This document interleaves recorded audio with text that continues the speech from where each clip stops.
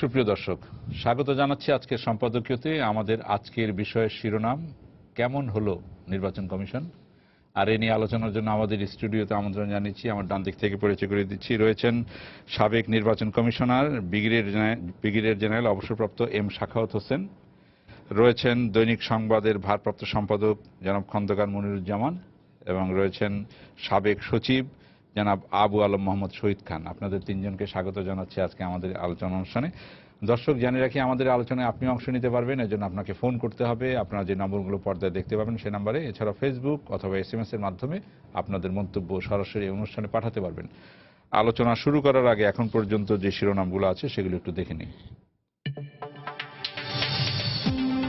নিরপেক্ষভাবে কাজ করার অঙ্গীকার নবনিযুক্ত সিইসি KM নুরুল হুদার। অবাধ ও সুষ্ঠু নির্বাচন অনুষ্ঠানে সবার সহযোগিতা কামনা।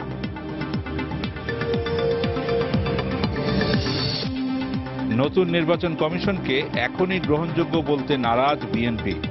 তর্কের খাতিরে বিরোধিতা না করে তাদের সহায়তার পরামর্শ আওয়ামী লীগের।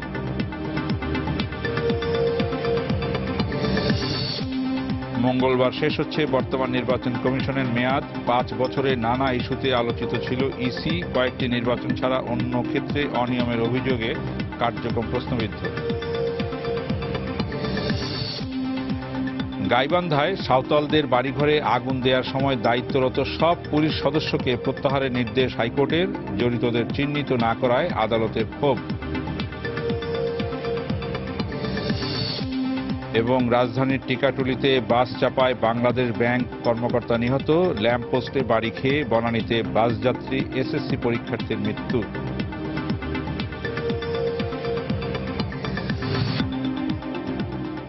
আমরা শিরোনামগুলো দেখলাম।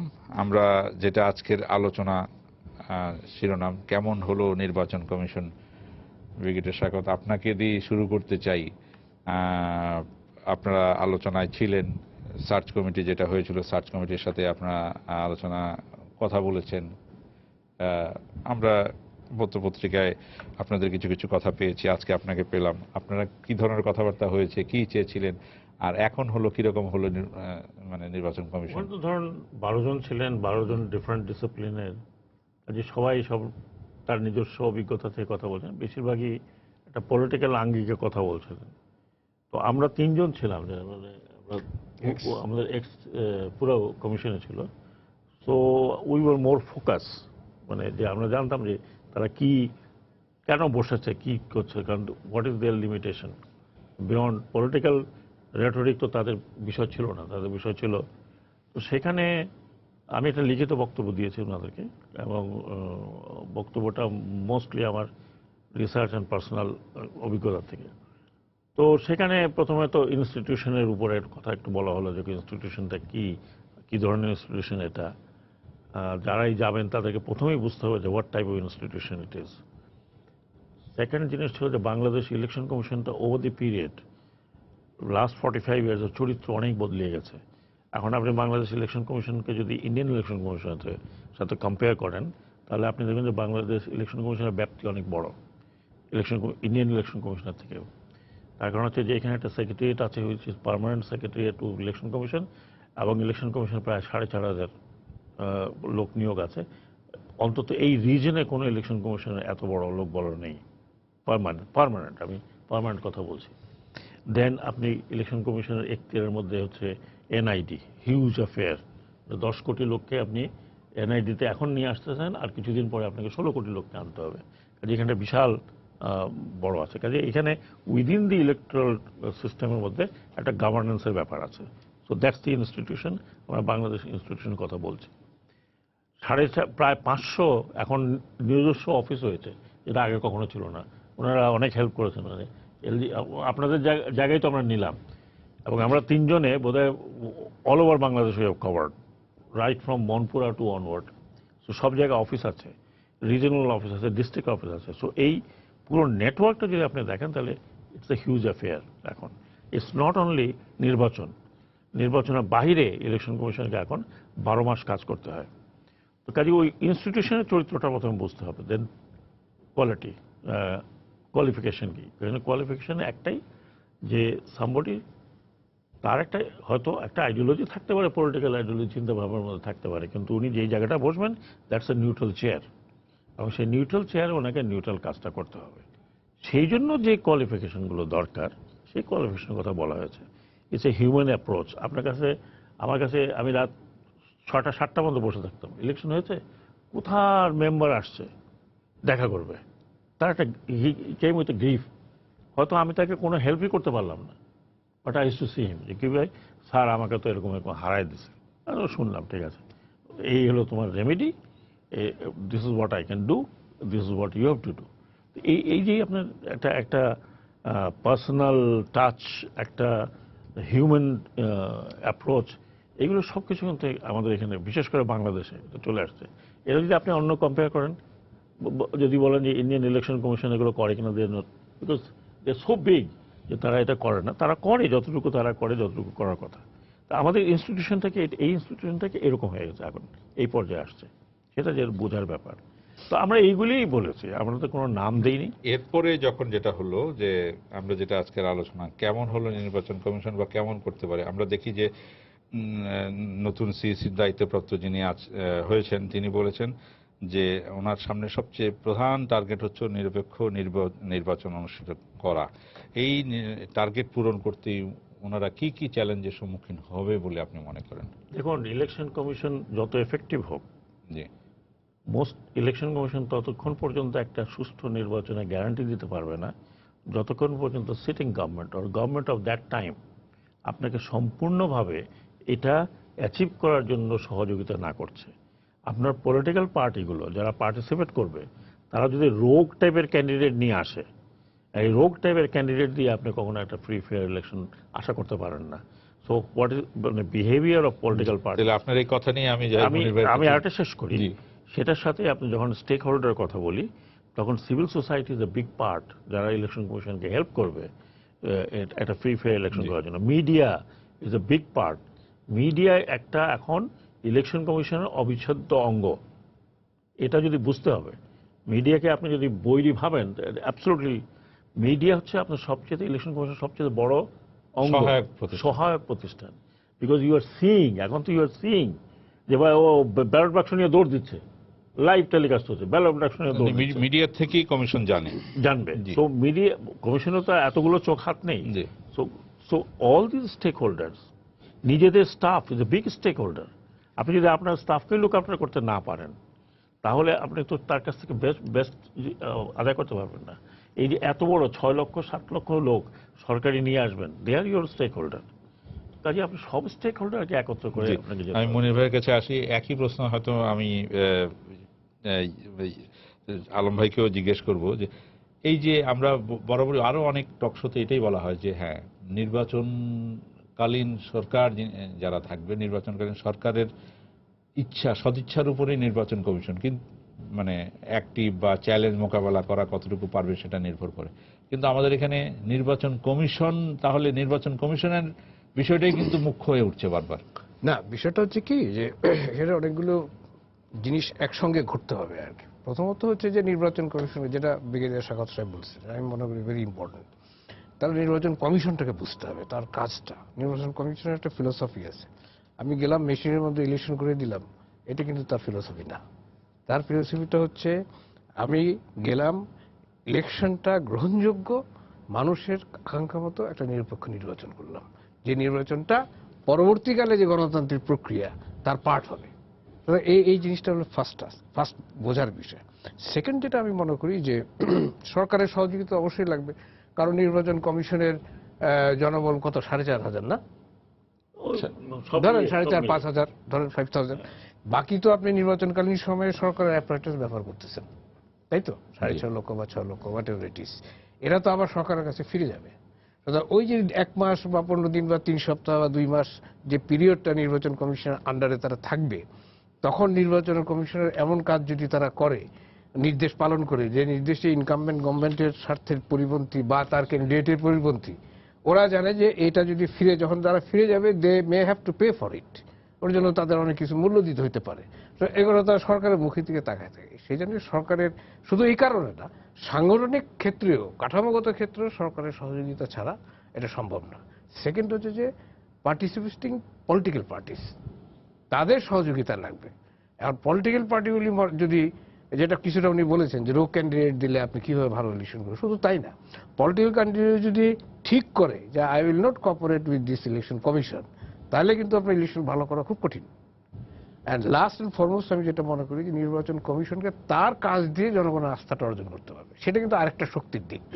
জনগণের আস্থা যদি অর্জন করতে পারে তাহলে কিন্তু অন্য শক্তিগুলো তখন বাধ্য হয় তার সঙ্গে কোঅপারেট করতে। জি, আপনি বললেন যে আস্থা তৈরি করতে হবে। আমি বললাম শহীদ খান আপনাকে জিজ্ঞেস, আস্থা তৈরি করতে হবে, কিন্তু পলিটিক্যাল পার্টির কথা বললেন, পলিটিক্যাল পার্টি যদি ঠিক করে যে আমি এই ইলেকশন কমিশনের সাথে কোনো কিছুই করব না, যেটা বিগত নির্বাচন কমিশনের হয়েছে, এবং ওই নির্বাচন কমিশনও আস্থা তৈরি করতে পারেনি, তখন অবস্থাটা কি হয়?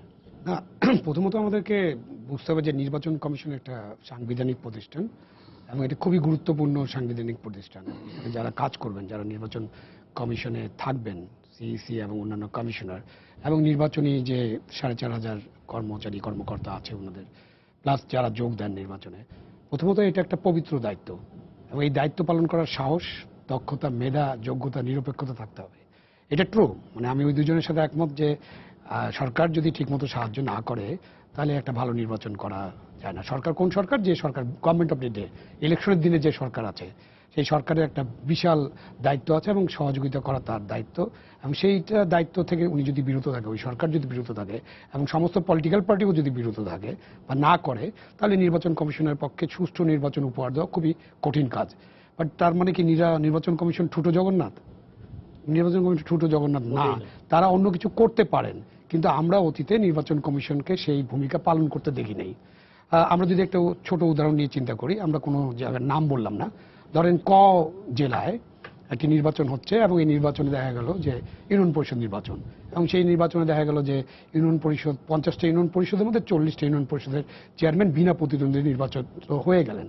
এটা কেন ঘটলো? এটা অবশ্যই ঘটলো যে ওইখানকার পলিটিক্যাল পার্টি, পলিটিক্যাল সিচুয়েশন, ওখানকার প্রশাসন, ওখানকার পুলিশ এবং অন্যান্য সবারই গাফিলতির কারণে এটা হলো।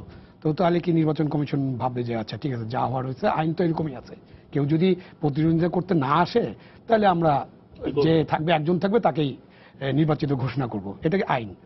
কিন্তু আইনের বাইরে বিবেকের কথা আছে। তো আমি এই নির্বাচন অ্যাকসেপ্ট নাও করতে পারি, এটা নির্বাচন কমিশনের ক্ষমতা আছে। আমি এরকম বিনা প্রতিদ্বন্দ্বী নির্বাচনের কোনো সংস্কৃতি বাংলাদেশে নাই, অতীতে হয়নি, সুতরাং আমি এটা অ্যাকসেপ্ট করলাম না। যতক্ষণ পর্যন্ত না ওইখানে প্রতিদ্বন্দ্বী প্রার্থী পাওয়া যাবে ততক্ষণ পর্যন্ত আমি নির্বাচন অ্যাকসেপ্ট করলাম না এবং নির্বাচন বাতিল করলাম। আমি বাতিল করার পর বললাম আবার নির্বাচন হবে, আবার একই ঘটনা ঘটলো, আবার বাতিল হবে, আবার নির্বাচন হলো, আবার একই ঘটনা হলো, বাতিল হবে, তারপরে কিন্তু কারেকশন হতে বাধ্য। আমাদের নির্বাচন কমিশনের এই মেরুদণ্ডের জায়গাটা রাবারের মেরুদণ্ড না করে যখন যেরকম হচ্ছে সেটাই মেনে নিলাম।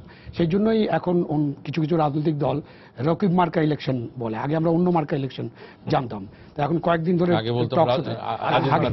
আগে আজিজ মার্কা, আজিজ সাহেব একজন বিচারপতি ছিলেন,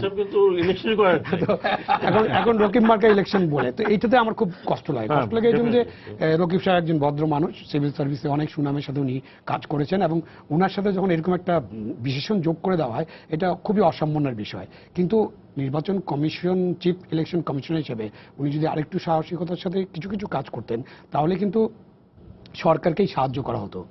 একটা নির্বাচন খারাপ হলে যে শুধু নির্বাচন কমিশনের দোষ হয় এরকম না, কিন্তু নির্বাচন খারাপ হওয়া মানেই, যেহেতু সবাই জানে যে সরকার সহযোগিতা, day of the government of the day যদি সহযোগিতা না করে তাহলে ভালো নির্বাচন করা সম্ভব না, তখন কিন্তু 80-90% খারাপ জিনিসটা ওই সরকারের উপর পড়ে। এটা সরকারকে নির্বাচন কমিশন থাকছে শাকের করাতের উপরে, মানে হ্যাঁ শাকের করাতের উপর থাকে, কিন্তু নির্বাচন কমিশন একটা ভূমিকা পালন করতে পারে। আমার পয়েন্ট হচ্ছে নির্বাচন কমিশন সেই ভূমিকা পালন করার জন্য প্রস্তুত হোক এবং সাহসিকতাটা দেখাক। আমরা কিছু কিছু ভালো নির্বাচনের কথা আমরা জানি, এই নির্বাচন কমিশন করছে, কিন্তু সেখান থেকে আবার যখন আমরা একটু অ্যানালাইসিস করি তখন আমরা দেখব তখন তো তত্ত্বাবধায়ক সরকার ছিল, তখন government of the day better ছিল। আমি বলবো যে গত টার্মে শেখ হাসিনা যখন প্রধানমন্ত্রী ছিলেন, যখন মাননীয় প্রধানমন্ত্রী, তখন কিন্তু তার যে লোকাল গভর্নমেন্ট ইলেকশনগুলো হয়েছিল, আপনারা তখন ছিলেন, প্রত্যেকটা লোকাল গভর্নমেন্ট ইলেকশন সম্পর্কে কিন্তু কোনো রকম কথাবার্তা হয়নি, কোনো ক্রিটিক হয়নি, কারণ লোকাল গভর্নমেন্ট ইলেকশন অনেক নিউট্রালি, অনেক নিরপেক্ষভাবে, দলও নিরপেক্ষভাবে করা সম্ভব হয়েছিল, এবং ইলেকশনের রেজাল্ট সব দল এবং যারা ইলেকশনে গিয়েছিলেন পরাজিত এবং বিজিত সব এবং বিজয়ী সব প্রার্থীরাই কিন্তু মেনে নিয়েছিল। তো তাহলে ভালো ইলেকশন করা সম্ভব, একটু সহযোগিতা দরকার সবার। এখানে জনগণের রোল আছে, জনগণকে ভোট কেন্দ্রে যেতে হবে, দরকার হলে ভোট কেন্দ্র পাহারা দিতে হবে, জনগণকে ভোট কেন্দ্রে যেতে হবে, ভোট কেন্দ্র পাহারা দিতে একই হবে, সাথে প্রার্থী বের এবং করতে হবে। প্রার্থীও ভালো থাকতে হবে। আমি আলম সাহেবের সাথে একটু যোগ করি। উনি এই যে প্রসঙ্গটা উঠলেন, এই প্রসঙ্গটা নিয়ে আমি খুব তিক্ত ছিলাম যে এই যে বিদায়, আপনি যেটা বললেন, রকিব সাহেব একটু ভদ্রলোক মানুষ, ভালো মানুষ, এবং ওনার একটা ট্র্যাক রেকর্ডও কিন্তু ভালো, এমন Very good track very good track record. তো এখন উনি কেন ফেল করলেন, বা ফেল করলেন মানে কিছু কিছু জায়গায় তিনি কিছু করতে পারলেন না, এটা আমার মনে হয় উনি যদি একটা অ্যানালাইসিস করে রেখে যান তাহলে এই কমিশনের জন্য ভালো হবে। একটা জিনিস দেখেন, হি ইজ অ্যাবসলিউটলি রাইট। একটা কালচার জন্য কেন গড়ে উঠছে যে বিনা প্রতিনিধি নির্বাচিত। আপনি একটা ডিস্ট্রিক্ট, আমি নাম নাই বললাম, সবাই জানেন, একটা পার্টিকুলার ডিস্ট্রিক্টে প্রত্যেকটি local government election, national election থেকে শুরু করে প্রত্যেকটি local government election opposed person না, বডি। এটা কি বাংলাদেশের, এটা কি পার্লামেন্টে গতকাল মনে হয় কেউ বক্তৃতা বলেছেন জি, যে ওই মার্কা ইলেকশন চান না, মানে ওই জাতীয় ইলেকশন হলে ভালো হয় নাকি? ডিস্ট্রিক্টের নাম বলেন, আমি যে কথাটা বলতে চাচ্ছি সেটা হচ্ছে যে is it possible in the Bangladesh culture, আমি যদি ইলেকশন কমিশনার হই আমাকে তো চিন্তা করতে হবে, ভাই এটা তো আমার কালচারের মধ্যে না। It could be in any other country, আফগানিস্তানে হতে পারে, আফ্রিকায় হতে পারে, আফ্রিকা হতে পারে, আফ্রিকা এখন এটা হয় না, না হয় না। তো আমার কালচারে যেখানে ইলেকশন বললে 100 জন ঝাঁপায় পড়ে, হ্যাঁ 100 জন, মানে ইলেকশন পাগল এরকম বোধহয় কোনো আর নেশন নাই, খুব কম। হ্যাঁ, ইলেকশন বলে করে ভোট দিতে যায়। তো সেইখানে একটা পুরা ইউনিয়ন পরিষদ থেকে শুরু করে জেলা পরিষদ পর্যন্ত, আমি না ঠিক আছে 2014 সালে 5ই জানুয়ারিটা কিছু কন্ডন করলাম যে না ঠিক আছে, অনেক পার্টি আছে, সবচেয়ে বড় পলিটিক্যাল পার্টি অংশগ্রহণ করে, ওকে, বাট লোকাল গভর্নমেন্ট যেখানে খুনাখুনি মারামারি হয়, যে কে জামাই শ্বশুর, হ্যাঁ বাপ বেটা, মানে হাজব্যান্ড ওয়াইফ মারামারি হয় যে কে ভাই ভাই হবে সেইখানে, তাহলে এটা তো বারবার আমি আপনাদের এখানে আরো বলেছি, স্থগিত করুন, ইনভেস্টিগেট করুন, হোয়াই দিস হ্যাজ হ্যাপেন্ড। এটা যদি বন্ধ না করা যায় তাহলে এই যে এখন যারা আসবেন, আপনি চিন্তা করেন তাদের জন্য কত ডিফিকাল্ট সিচুয়েশন। এখানে এই চ্যালেঞ্জটা মানে নির্বাচন বিষয়টাই, নির্বাচন যে একেবারে আনকন্টেস্টেড যাওয়াটা, সব নির্বাচনের প্রতি একটা নেতিবাচক একটা তো এই কারণে এগুলো হচ্ছে। তো এই নেতিবাচক ধারণাটাকে পার করিয়ে বা মানে একেবারে পজিটিভে নিয়ে আসা এই নির্বাচন কমিশনের জন্য সবচেয়ে বড় চ্যালেঞ্জ এই বিষয়টা। সেটা ঠিক, এটা সবচেয়ে বড় চ্যালেঞ্জ। এবং এটা যেটা স্বাগত সাহেব বলছেন সেটা খুব ইম্পর্টেন্ট, যে কেন ঘটছে এটা দেখতে হবে এবং সেই জায়গায় রেমেডিটা কি সেটা খুঁজে বের করতে হবে। আমি মনির ভাই আপনাকে এখানে থামিয়ে, একজন দর্শক আছেন, দর্শকের প্রশ্নটা নিয়ে আপনার কাছে আসছি। জি দর্শক, আপনার নাম বলে প্রশ্ন করুন। আসসালামু আলাইকুম। ওয়ালাইকুম আসসালাম। সালাম। জি, আমার প্রশ্নটা হচ্ছে যে নির্বাচন, দলীয় সরকারের আন্ডারে কোন নির্বাচন কি সুষ্ঠু সম্ভব কিনা? ধন্যবাদ, বোঝা গেছে। জি, দলীয় সরকারের আন্ডারে নির্বাচন সুষ্ঠু সম্ভব কিনা বিষয়টা হচ্ছে যে হ্যাঁ, দলীয় সরকার আর আমলেও আন্ডারেও ইলেকশন সুষ্ঠু হওয়া সম্ভব যদি সেই সরকারের সদিচ্ছা থাকে। যেটা আমি একটু আগে সবাই বলছি যে সরকারের সহযোগিতা মানে সদিচ্ছা থাকে, এটা সম্ভব, অসম্ভব কিছু নয়। এবং এটা একটা কালচারেরও ব্যাপার। আমরা ইনফ্যাক্ট আমাদের দেশে নির্বাচনের কালচার, যদি নির্বাচনের আকাঙ্ক্ষা বহু পুরনো, নির্বাচনের কালচার কিন্তু খুব বেশি দিনের না, এটা আমরা সকলেই জানি। বাংলাদেশ স্বাধীন হওয়ার পরে অ্যাকচুয়ালি প্রথম নির্বাচন পাকিস্তান হয়েছে 70 সালে, ওই অর্থে যদি বলেন। 54-এ যেটা হয়েছে বা পরে যেটা হওয়ার কথা ছিল ন্যাশনাল ইলেকশন, তার আগে তো আপনার মার্শাল হয়ে গেল Pakistan. First representative election Pakistan হয়েছে 1970 সালে। 47 আর 70 কত বছর? 23-24 বছর। 54 হয়েছে, আমি ন্যাশনালি বলতেছি, হ্যাঁ, আর 54 সালে হয়েছে, এই তো। আর তো পাকিস্তানের কোনো ইলেকশন হয়। বাংলাদেশ স্বাধীন হওয়ার পর থেকে তো আমরা অ্যাকচুয়ালি নির্বাচনের কালচারে প্রবেশ করেছি। তো এই জায়গাটায় আসা, যেটা দর্শক প্রশ্ন করেছেন যে ইনকামবেন্ট বা দলীয় সরকারের অধীনে নির্বাচন সম্ভব কিনা, এটা সুপ্রতিষ্ঠিত করার জন্য আমাদের আর কিছুদিন অপেক্ষা করতে হবে। আমি এটা অপেক্ষা করতে রাজি আছি যদি রাজনৈতিক দলগুলো এই জায়গাটায় আপনার সদিচ্ছা প্রদর্শন করে। যে বিষয়টা সবচেয়ে ইম্পর্টেন্ট, আপনি যেটা প্রশ্ন করেছিলেন, যে এই যে সমস্যাগুলো, এই সমস্যাগুলো কিভাবে মোকাবেলা করা বা এগুলি নিয়ে নির্বাচন কমিশনকে আসলে প্রোঅ্যাক্টিভ হইতে হবে, রিঅ্যাক্টিভ না হয়ে। প্রোঅ্যাক্টিভ না হয়ে কোনো উপায় নেই। এটা তো একটা constitutional post. Chief election commissioner এবং 4 জন ইলেকশন কমিশনার, তাদেরকে কোনো গভর্নমেন্ট চাইলে বাদ দিতে পারে না, আনটিল আনলেস ইমপিচমেন্ট করার কোনো ফ্যাক্টর তাদের মধ্যে আছে। সুতরাং এই জায়গাটা তো তারা নির্ভয়ে কাজ করতে পারে। হ্যাঁ, এইখানে ইলেকশন হলো, ইলেকশন সরকারি দল যারা আছে তাদের দল মারামারি, এবার উদাহরণ দিচ্ছি, মারামারি করে ব্যালট বক্স দখল করে, অমুক করে তমুক করে ইলেকশনটা দখল করে নিল আর কি। তারা সেই জায়গাটা কেন অ্যাকশনে যাবে না?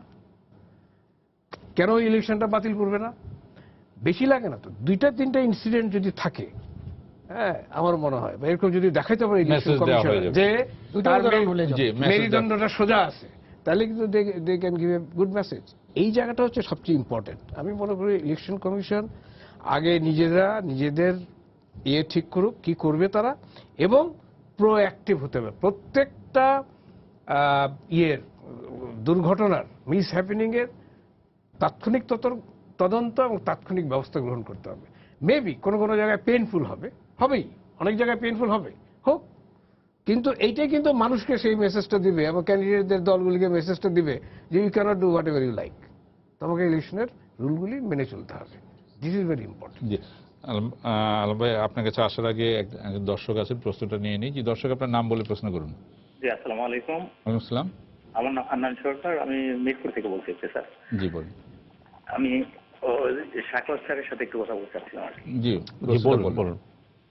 স্যার, আমরা প্রায় সময় টেলিভিশন খুললে আমরা স্যার দেখতে পাই যে সরকারের দায়িত্বশীল মন্ত্রী এমপিরা ওনারা এমন ভাবে কথা বলে যে মাঠে আসেন, খেলা হবে, নির্বাচনে খেলা হবে, মাঠে আসেন, মানে এই ধরনের কথাগুলো স্যার বলে। তো আসলে তখন আমরা একটু সাধারণ জনগণ হিসেবে একটু বিব্রত বোধ করি যে আসলে কি আমাদেরকে ওনারা কিভাবে কি মনে করে। তো এই ব্যাপারে স্যার, আপনাদের যারা নির্বাচন কমিশন আপনাদের ছিলেন স্যার, তো আপনাদের কি কিছু করণীয় আছে কিনা, বা নির্বাচন কমিশনের কিছু করণীয় আছে কিনা স্যার? জি, মাঠের মানে জি দিতে হবে। জি, জি আপনি না, উত্তরটা যদি না, দেন। আপনি এটা প্রশ্ন করেছেন, আমি এই কথাটাই এতক্ষণ চিন্তা করছিলাম যে বলবো কথাটা। ইদানিং যেটা দেখা গেছে, ইদানিং আমাদের সরকারি দলীয় মন্ত্রী মহোদয়রা যেভাবে কথা বলেন, মনে হয় ইলেকশন কমিশন একটা পোস্ট অফিস, দে আর এভরিথিং। এবং এই ইমপ্রেশনটা যখন দেওয়া হয় তখন ইলেকশন কমিশনকে আন্ডারমাইন করা হয়। এবং এই আন্ডারমাইন করা যাতে না হয়, এই যেখানে নির্বাচন কমিশনের যে বললাম যে এক কথায় যে কোনো শক্তি নেই, ইলেকশন কমিশনের যে শক্তি, যে পাওয়ার দেওয়া আছে, no institution has got that power. Constitution has given a blank power, যেটাকে বলা হয় প্লেনারি পাওয়ার, ব্ল্যাঙ্ক পাওয়ার। আপনাকে বলা হয়েছে কনস্টিটিউশনে you have to give a nation free, fair and credible election. এটার জন্য যাহা আপনার প্রয়োজন, যাহা কনস্টিটিউশন দ্বারা বাড়িত নয়, আপনি তাই করতে পারবেন। ইউর ইনস্ট্রাকশন আর ল। এটা তো ইন্ডিয়ান সুপ্রিম কোর্টের রায় আছে, আমাদের দেশের সুপ্রিম কোর্টের রায় আছে। তো আপনার যে কথাটা বললেন, এইখানে আমার মনে আছে, আমি ব্যক্তিগত এক্সাম্পল দেওয়াটা বোধহয় ঠিক হবে না, তবু দিচ্ছি। আমাদের এ সময় আপনার হোম মিনিস্টার ছিলেন, স্টেট মিনিস্টার ছিলেন তাজউদ্দিন সাহেবের সোহেল তাজ। সোহেল তাজ একটা স্টেটমেন্ট দিয়েছিল, অ্যান্ড উই গেভ এ পাল্টা statement, it is not in your domain, please keep quiet. Young হয়তো ভদ্রলোক বলেছিলেন একটা কথা। এখন আপনি ইলেকশন হচ্ছে, election commission before gives an announcement যে কত পার্সেন্ট ইলেকশন হচ্ছে, ইলেকশন ভালো হলো কি খারাপ হলো, আপনি তফসিলা করে দিলেন যে 40% লোক ভোট দিছে, 100% লোক ভোট দিছে। That's none of your business. আপনি প্রিএম্প্ট করছেন, তার মানে আপনি ইলেকশন কমিশনকে আন্ডারমাইন করছেন। তবে স্যার, রাজনীতিবিদরা যে সব কথাবার্তা বলেন, মানে যে মাঠে আসেন খেলা হবে, এটা আমরা একটু ইয়াতে নিতে হবে। মাঠে আসেন খেলা হবে, দিস ইজ জাস্ট পলিটিক্যাল।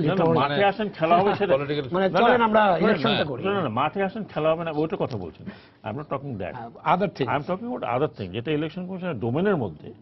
সেটা আপনি যদি আগের থেকে শুরু করে বলা শুরু করে দেন যে আগামী নির্বাচন ভালো হবে খারাপ হবে, তো ইলেকশন কমিশনের ডোমেনের মধ্যে 40% আসলো না 50% আসলো, let election commission announce first যে পার্সেন্টেজ এত হচ্ছিল, এত খারাপ হলো, এত ভালো হলো, তাদের বলার আগে যদি আপনি বলে দেন, রাজনৈতিক মানে মাঠে এই জায়গাটা চ্যালেঞ্জ পাল্টা চ্যালেঞ্জ না হলে তো না, জমে না।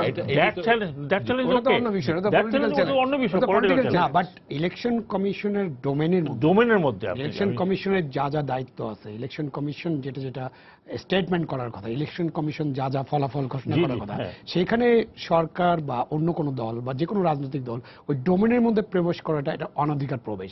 এটা করলে একটা ঝামেলা আমি হয়। যেটা বলছি- কারণ তাদেরকে এটা থেকে বিরত থাকতে হবে। আমি যেটা বললাম, ওনাদেরকেও বিরত থাকতে হবে, ইলেকশন কমিশনকে বিরত রাখতে অ্যাক্টিভ হবে, হতে হবে। বিরত রাখতে জি। হবে যে please for God sake you are not there. আমি উনি শেষ করলে আমি আপনাকে শুধু যে আমি এইখানেই এই যে ইলেকশন কমিশনের কি করতে হবে, এইখানে একটা কথা এবারে ইলেকশন কমিশন থেকে বলা হচ্ছে যে ইলেকশন কমিশনকে বলা হচ্ছে যে আমলা সংখ্যা বেশি, 3 জন আমলা, 1 জন বিচার বিভাগের, 1 জন সামরিক বাহিনীর।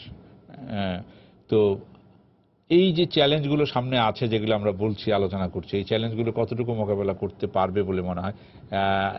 এটাও কথা হচ্ছে যে আমরা যে সার্চ কমিটি দেখেছি, সার্চ কমিটির একজন আজকে বলেছেন, সৈয়দ মঞ্জুর ইসলাম, উনি বলেছেন যে নাগরিক সমাজেরও কেউ না থাকাটা খুব অপ্রত্যাশিত। উনি আজকে টেলিভিশন সাক্ষাৎকারে উনি বলেছেন, আশা করেছিলেন যে এবং এইবার সার্চ কমিটিতে 2 জন ছিলেন যারা নাগরিক সমাজের ছিলেন, এবং নাগরিক সমাজের 3 জনের নাম ছিল 10 জনের মধ্যে 1 জনকে না নেওয়া। এই বিষয়টাকে আপনি কিভাবে দেখছেন? এটা তো আসলে আমার ব্যক্তিগতভাবে দেখার বিষয় না।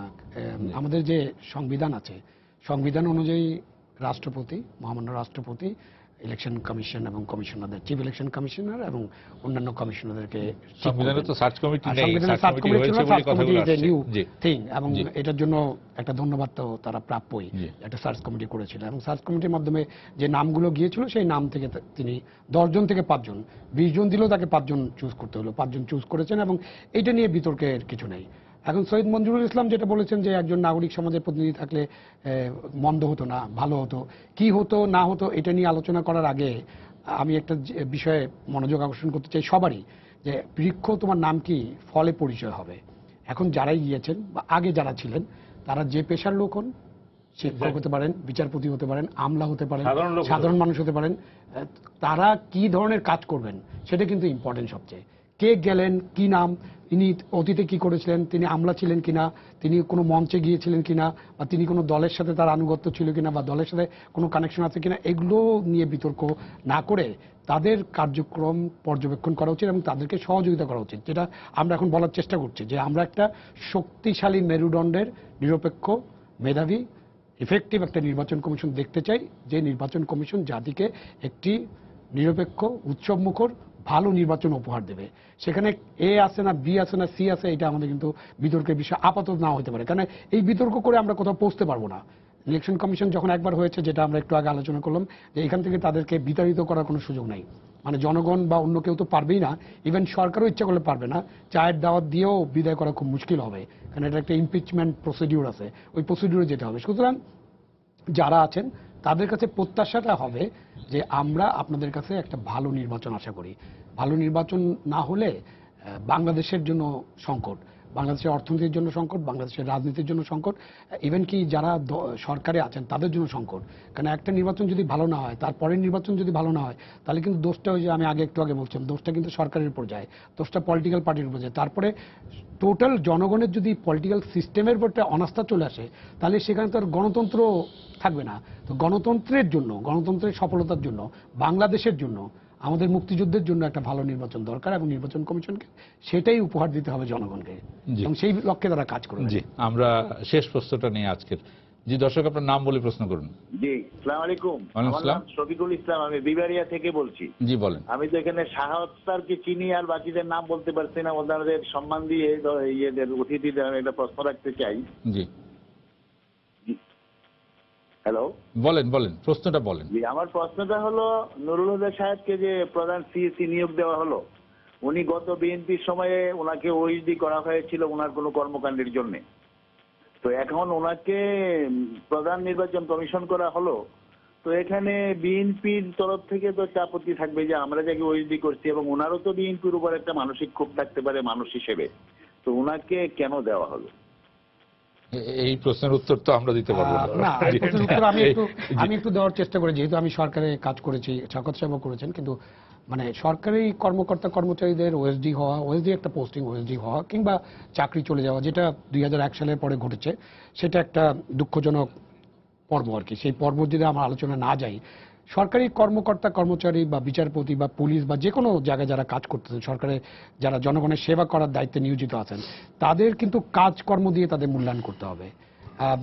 আমি যদি ব্যক্তিগত উদাহরণ দেব না, আমি যে কাজটা করেছি, আমি যে দু জায়গায় সচিবের কাজ করেছি, আমার মনে হয় যে কোনো দল, কোনো ব্যক্তি এটা বলতে পারবে না যে আমার কাজের মধ্যে কোনো দলের প্রতি কোনো আনুগত্য বা দলের প্রতি কোনো মমত্ববোধ বা অন্য দলের কারণে কোনো সাফারিংস কেউ হয়েছে, ভিকটিম হয়েছে। এটা আমরা যারা সরকারি কর্মকর্তা কর্মচারী, আমরা জানি যে আমাদের একটা চাকরি করতে হবে, আমাদের নিয়োগ আছে, আমাদের পদোন্নতি আছে, পদায়ন আছে, আমাদের ওএসডিও হতে পারে, মাঝখানে আবার চাকরিও চলে যেতে পারে, এটা নিয়মের মধ্যে ঘটে। কিন্তু আমি যখন একটা জায়গায় বসবো, যেটা উনি বললেন যে আমরা ওই বর্তমান সিএসির কাছ থেকে এটা আশা করব না, বা উনিও এটা নিশ্চয়ই মনে রাখবেন না যে উনি একসময় ওএসডি হয়েছিলেন, উনি এটাকে নিপীড়ন হিসাবে নিশ্চয়ই নেবেন না, কারণ ওনার কাছে এখন যেটা দায়িত্ব আছে এটা একটা পবিত্র দায়িত্ব, এবং উনি সংবিধানের মধ্য দিয়ে শপথ নেবেন, তার একটা শপথ আছে, এবং শপথের মধ্যে তাকে কিছু কিছু শপথ বাক্য উচ্চারণ করতে হবে, যেখানে তিনি অনুরাগ এবং বিরাগের বিষয়বর্তী হয়ে কোনো কাজ করতে পারবেন না, এবং ওনাকে এটা প্রমাণ করতে হবে। এই প্রশ্ন আসা খুব স্বাভাবিক, বিএনপিও এই প্রশ্ন তুলতে পারে। সুতরাং উনার কিন্তু আরেকটু বেশি, উনি যদি এই শুনে থাকেন বা রেকর্ড যদি উনার কাছে যায়, আমার পক্ষ থেকে উনার প্রতি আবেদন হবে, আহ্বান হবে যে আপনি এই প্রশ্নের জবাবটা নিরপেক্ষভাবেই দেবেন, আপনার কাজের মধ্য দিয়ে দেবেন। আমাদের প্রত্যাশা উনি কাজের মধ্য দিয়ে এটা জবাব দিতে পারবেন। উনি বিভিন্ন টেলিভিশনের সাথে কিন্তু এই কথাটাই উনি বলেছেন। আমি মানে বলার চেয়ে যেটা হবে, বলার বলছেন ঠিকই, কিন্তু বলা দিয়ে ওনার এই যে না, উনি উনি একটা কথা বলেছেন, সামনে কি চ্যালেঞ্জ আছে সেটা তো এখনো জানি না, ইমিডিয়েট চ্যালেঞ্জ সেটাও আমি জানি না, আগে ফেস করবেন তারপর বলবেন। সেটা বলছি না, আমি absolutely I agree with him যে অতীতে আপনাকে কেউ হয়তো কষ্ট দিয়ে থাকতে পারে, but the moment you are sitting that you have accepted, আপনি তাহলে অ্যাকসেপ্ট করতেন না যে সরি আমি পারলাম না, হ্যাঁ, বিব্রত বোধ করতে হবে যে আমি বিএনপির আমলে ওএসডি করা হয়েছে, আমি এটা করতে গেলে বিএনপির প্রতি ন্যায় বিচার করতে পারবো, যেটা বাংলাদেশে কেউ করে না, বাট উনি এটা করতে পারতেন, কিন্তু উনি যেহেতু এটা করেন নাই, since he has taken and he is going to take oath, এখনো ওথ নেননি, ওথ যখন তিনি নেবেন তখন তাকে প্রত্যেকটি ওথের বাক্য মনে রাখতে হবে, that he is the chief election commissioner, more equal than এই ওথ তো প্রত্যেক কমিশনার, প্রত্যেক সিইসি নেন, কিন্তু না না, কিন্তু পরবর্তী কাজ করতে আমি সবার ক্ষেত্রে পাই না। না না, আমি একটা কথা বলি, বাংলাদেশ কিন্তু একদিক দিয়ে ভেরি গুড কান্ট্রি, একদিক দিয়ে কিন্তু not very good country. Public কাউকে কিন্তু রেহাই দেয় না। আপনি আজকে হয়তো ক্ষমতায় আছি বলে পাবলিকের পরোয়া করলাম না, আমাকে তো বের হয়ে গিয়ে পাবলিকের সাথে মেলামেশা করতে today or tomorrow, are going to this society. I am taking 10 seconds. ওই যে একটা প্রশ্ন ছিল যে দলীয় সরকারের অধীনে সুষ্ঠু নির্বাচন হতে পারে কিনা, আমার একবার উত্তর দেওয়া হয়েছে, আরেকটা উত্তর হচ্ছে যে জনগণ চাইলে সুষ্ঠু নির্বাচনের কোনো বিকল্প নাই। তখন কোন দলীয় সরকার, ইয়াহিয়া খান যখন ছিল তখন কিন্তু বঙ্গবন্ধু ল্যান্ডস্লাইড ভিক্টরি পেয়েছেন, এবং ইয়াহিয়া খানের গভর্নমেন্ট কিন্তু চায় না যে আওয়ামী লীগ এখানে জিতুক। সুতরাং কোনো না কোনো সময় যখন জনগণ জেগে উঠে, কিংবা জনগণ যখন ঠিক করে যে আমরা এবার ভোট দিব, তখন কিন্তু ওই ভোটের বাক্স ভর্তি করা, ভোট কেন্দ্র দখল করা কিছুই করার থাকে না, কারো পক্ষে কিছুই করার থাকে না। তখন মানুষ কিন্তু ভোট দিয়ে তাদের রায়টা দেয় এবং ইতিহাস লেখা হয়েছে। তো সেটা যেটা বলছিলাম যে ওই প্রশ্নের উত্তরে এটা বলবো যে এখন it will depend on him, এবং উনি তার কাজের মাধ্যমে দেখাতে হবে যে whatever has happened that's past, now he is sitting and whole country is looking at him, the chief election commissioner. কারণ হয়তো ওনাকে কমিশন নিয়েই কাজ করতে হবে, all commission has to work with him, কিন্তু নামটা কিন্তু ওনার। আমার নামে তো কমিশন বলে না, বলে হুদা কমিশন, আমার নাম তো বলে না, বাট উই ওয়্যার দেয়ার। ওনার সামনে তো এখন এই অপরচুনিটি, ইতিহাস সৃষ্টি করার, that's what I am saying. এখন মানুষের জীবনে কিন্তু এরকম সুযোগ আসে না। উনি ইতিহাস সৃষ্টি করবেন না অন্য কোনো পদাঙ্ক, নাকি ইতিহাসে আস্থা করে নিক্ষিপ্ত হবে, এটা সম্পূর্ণ ওনার উপরে নির্ভর করবে, ওনার চারিত্রিক বৈশিষ্ট্যের উপর নির্ভর করবে। That's what I am saying. আমি লাস্টলি যে কথাটা বলছি, যেটা আমি বললাম যে দলীয় সরকারের নিচে নির্বাচন হতে পারে, ভালো নির্বাচন, 100% প্রেস্টিজ নির্বাচন দুনিয়াতে কোথাও হয় না, ডোনাল্ড ট্রাম্পের কথাই চিন্তা করেন আমেরিকাতে। বাট যদি perceived that election has been good, public এটাকে গ্রহণ করেছে, গ্রহণযোগ্য, দ্যাটস এ গুড ইলেকশন। এবং আপনি দেখেন, আমি এটা শেষ করবো আমার কথা দিয়ে, এই যে আমরা ইন্ডিয়ান ইলেকশন কমিশনের কথা বলি, over the years political culture ইত্যাদি ইত্যাদি সবকিছু আছে। এই কদিন আগে আমি একটা আর্টিকেল পড়ছিলাম আমার রিসার্চ করতে করতে, Jaswant Sinha giving an statement that আমরা আমাদের এই ইন্ডিয়াতে কয়টা সরকার আছে, there two government, election time government, ইলেকশনের বাইরে government, election time government, election commission. He was complaining যে ইলেকশন কমিশন যাদের ইলেকশনের সাথে জড়িত নাই তাদেরও কমান্ড করছে। এবং আমি এখানে বলেছি কিনা জানি না, 26th of October I had the opportunity to meet the President of India আমার এই রিসার্চের কাজে, এবং উনি বললেন যে ইলেকশন কমিশনের কোনো কাজে, whether he is a prime minister or he is any opposition leader cannot interfere, এবং ইন্টারফেয়ার করলে ইলেকশন কমিশন যতটুকু না করবে কোর্ট তার আগে ধরবে। তো ইলেকশন কমিশনের যে সহায়ক ইনস্টিটিউশনগুলো, সেগুলোকেও কিন্তু খুব অ্যাক্টিভ রোল প্লে করতে হয়, যেটা আমাদের সময় আমরা দেখছি যে এক টাইম অসহায় ফিল করতাম, কারণ আমাদেরকে সাপোর্টিং রোলে আমরা অনেককে পাইনি। But not talking about government, I am talking about other institution. তো আপনি এককভাবে শুধু ইলেকশন কমিশন করবে, তার সাপোর্টিং সহযোগিতাটা এখানে সবার এবং এই সহযোগিতা নেওয়ারও কিন্তু টেকনিক হচ্ছে ইলেকশন কমিশনের উপর ডিপেন্ড করবে, হাউ দে টেক। এখন ওনাকে যদি না ডাকে তো উনি কি ধারে পড়ে যায়, ওনাকে বলবেন নাকি যে আমার এই অভিজ্ঞতা হয়েছে। শেষ লাস্ট ইলেকশন কমিশনার মানে আউটগোয়িং ইলেকশন কমিশনার প্রথম দিকে সাংবাদিকদের নিয়ে আমরা শেষ করব আপনাকে দিয়ে। হ্যাঁ, বেশ কিছু মিটিং করেছিল, নিশ্চয়ই আপনার মনে আছে, মিডিয়াকে নিয়ে। পরবর্তীকালে কিন্তু ওই মিটিংগুলি করেনি। কারণটা হচ্ছে যে মিডিয়া তো তার ক্রিটিসাইজ করছে নানা কারণে, নানা সময়। হ্যাঁ, কিন্তু পরে আর মিটিংগুলি করে নাই। বিষয়টা হচ্ছে যে যেটা উনি বলেছেন, এটা আমিও মনে করি যে জনগণ, পলিটিক্যাল পার্টির সহায়ক ইনস্টিটিউশন গভর্নমেন্টের যেগুলো আছে বা পাবলিক ইনস্টিটিউশন যেগুলো আছে, সেগুলোকে যদি ইউজ করতে হয় বা ইউজ করার টেকনিক জানতে হয়, এবং সেগুলোকে নিয়ে কিন্তু ইলেকশনটা তো শুধু ইলেকশন কমিশনের না, ইলেকশনটা তো দেশের, ইলেকশনটা তো পলিটিক্যাল ইনস্টিটিউশনের, ডেমোক্রেটিক প্রসেসের ইলেকশন। তো সেটা তো শুধু একটা ইনস্টিটিউশন দিয়ে হবে না, সবগুলো ইনস্টিটিউশনকে যদি কাজে লাগাইতে পারেন দক্ষতা একসাথে, তাহলে কিন্তু দেখে। আমি এক সেকেন্ডের লাস্ট কথা বলবো, ইলেকশন কমিশনার যারা গিয়েছেন তারা যদি আমার কথা শোনেন, তাহলে আমি বলবো যে মনে করবেন you are in a place which you are doing thankless job. Yes. Uneasy lies the head which wears the crown. কেউ ধন্যবাদ, তাদের দায়িত্বটা পবিত্র দায়িত্ব, পবিত্র দায়িত্ব। আপনি কারোর কাছ থেকে থ্যাঙ্ক আশা করবেন না। আমরা আশা করি যে নির্বাচন কমিশনের সামনে যে চ্যালেঞ্জ, সেই চ্যালেঞ্জ তারা মোকাবেলা করতে পারবে, এই আশা করে আজকে আমাদের আলোচনা এখানে শেষ করতে চাই। সাথে সাথে আরেকটা বিষয়টা আমরা বলতে চাই, আমরা দুটো সার্চ কমিটির মাধ্যমে ইলেকশন কমিশন গঠন করলাম।